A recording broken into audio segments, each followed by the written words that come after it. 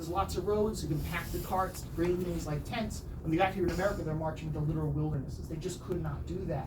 So one of the innovations for fighting here in America, and there were many, besides adopting their tactics and changing their uniforms around, was individually issuing out blankets to soldiers for the first time ever. It's the first time ever in the British Army that an individual soldier would have their own blanket.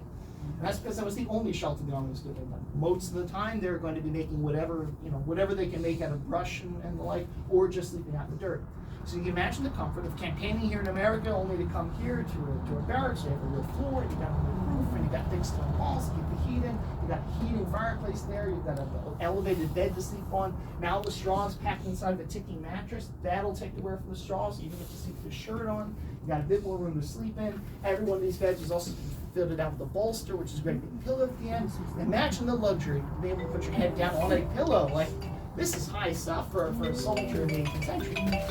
Do you folks have any questions for Anthony? Yeah. What about all these supplies that I'm looking at you with, these straps on you and the bayonets and musket balls and rifles?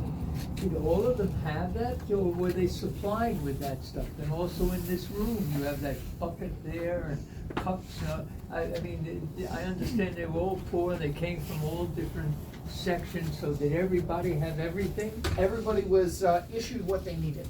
Now, in the British Army, you would get one suit of clothes a year, one fresh suit of clothes. You'd be able usually to keep the old set, which you could then sell off if you wanted to, or keep it around for, like, dirty clothes. If you're going to be in barracks for a long time, you have